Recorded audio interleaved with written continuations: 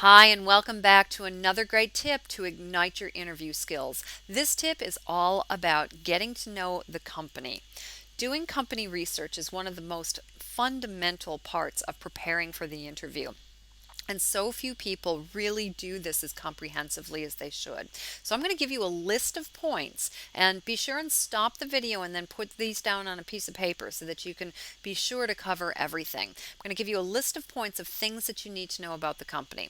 So in doing your company research, well, fundamentally, you need to find out what it is that they do. So what products or services do they offer?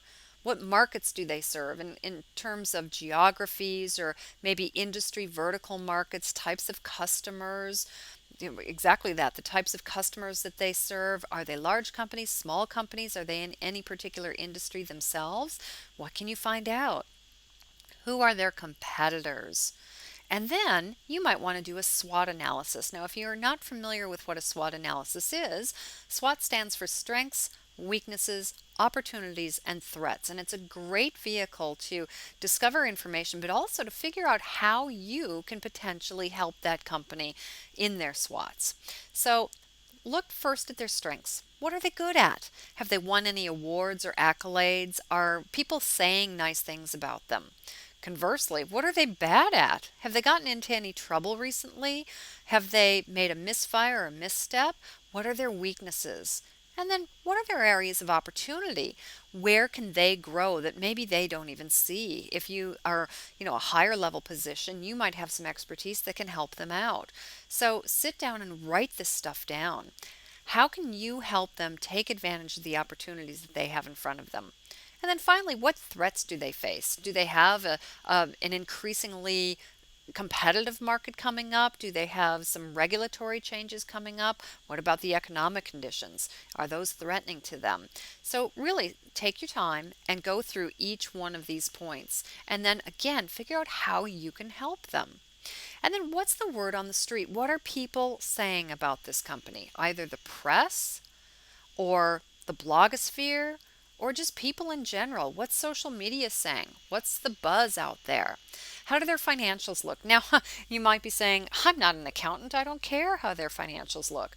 But certainly in this day and age, with these uncertain economic times, you really want to find out what their financials look like. So if you don't understand the numbers, get somebody who does. Have them take a look at their balance sheet if it's available. If they're not publicly listed, it might be a little bit difficult to get that information, but find out what you can. Make sure that they're in a good cash flow position and that they've got some good contracts in the pipeline or some good sales processes happening. Really you want to make sure that they are stable and steady and that they're a good place to work in terms of financial stability. So, how do you go about finding these things?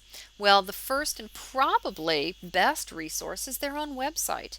You can look at their website and look at things like the About Us page or the Investor Relations page. Investor Relations many times has press releases, has articles that other newspapers and magazines have written about them. Oftentimes they will have their annual reports on the Investor Relations page. Even the About Us company page will give a lot of information about the company itself, when it was founded, how it's changed through the years, what company culture they pride themselves on. There's a whole host of information in that area. And then, like I said, look at the annual report. Make sure that you either get a hard copy of it or a soft copy of it if it exists, and really go through it. Don't just read the financials. There's a lot of information in the text as well. And then after the company website, probably the best place to find out information is just doing a Google search. Just look to see if any press has been written about them, if any other companies have them referenced on their websites, if anybody is saying anything about them in particular. There may be some flame sites out there, sites that are saying not so great things. You might want to know about those as well. So just Google them and look through the first two or three pages and see what you can see. My best and probably favorite website is LinkedIn. Some extraordinary number of people are joining LinkedIn on a daily basis. In fact, it's like two people every second or one person every 2 seconds. I can't remember which, but a lot of people are joining LinkedIn. A lot of companies are putting company information on LinkedIn, but you can also use LinkedIn searches to find current and past employees that have worked for LinkedIn. You may know one of them.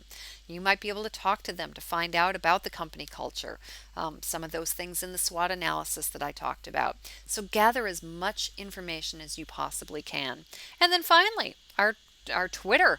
Look to see what people are tweeting about them. Now, if you haven't used Twitter before, it's real easy. Just www.twitter.com and put in the hash sign or the pound sign and the company name. That will do a search on any time that company name is referenced. So, for instance, if you're looking up Apple, you're not only going to get Apple the company, you'll get Apple the fruit as well. So you'll have to do some drilling down and use a little bit of discernment. But if you are looking for Microsoft, let's say, or IBM, you're only going to get searches that come up with relevant information. So play with that. That will give you a good idea of what people are saying about the company. Now, closely related to knowing the company, you also need to get to know the interviewer, the person that you will be talking to on that day. The best place, again, is LinkedIn. Do a search on LinkedIn and see if they're actually have a LinkedIn profile.